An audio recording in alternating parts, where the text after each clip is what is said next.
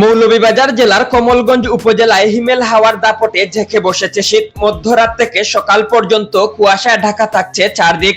শীতের তীব্রতায় ভোগান্তিতে পড়েছেন সাধারণ মানুষ। বুধবার 7 জানুয়ারি সকাল 9টায় শ্রীমঙ্গল ও কমলগঞ্জের সর্বনিম্ন তাপমাত্রা 8.6 ডিগ্রি সেলসিয়াস রেকর্ড করা হয়েছে বলে জানান শ্রীমঙ্গল আবহাওয়া পর্যবেক্ষণ কেন্দ্রের অবজারভেশন কর্মকর্তা আনিসুর রহমান।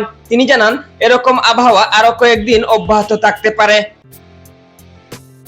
ভোর থেকে বিকেল পর্যন্ত সারাদিন ঘন কুয়াশার চাদরে ঢাকা থাকায় সূর্যের দেখা মেলেনি।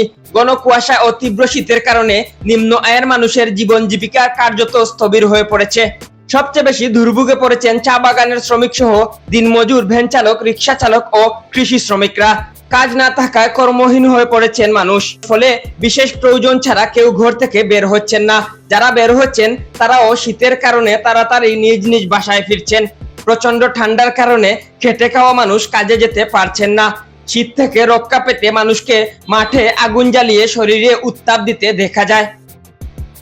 শীতের প্রভাব পড়েছে কৃষি খাতেও। কুয়াশার কারণে সবজি ক্ষেত, ইরি বুড়ো, বীজতলায় রোগের প্রকোপ বাড়ছে।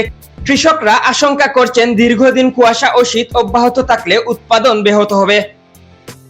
স্থানীয় এক কৃষক জানান, কনকনে শীতে বীজতলার চারাগুলো লালচে ও কুকড়ানো হয়ে যাচ্ছে। অন্যদিকে শীতের কারণে গত কয়েকদিন ধরে জ্বর, সর্দি, এজমা, হাঁপানি, ডায়রিয়া জনিত রোগীর সংখ্যা হাসপাতালে বেড়েই চলছে।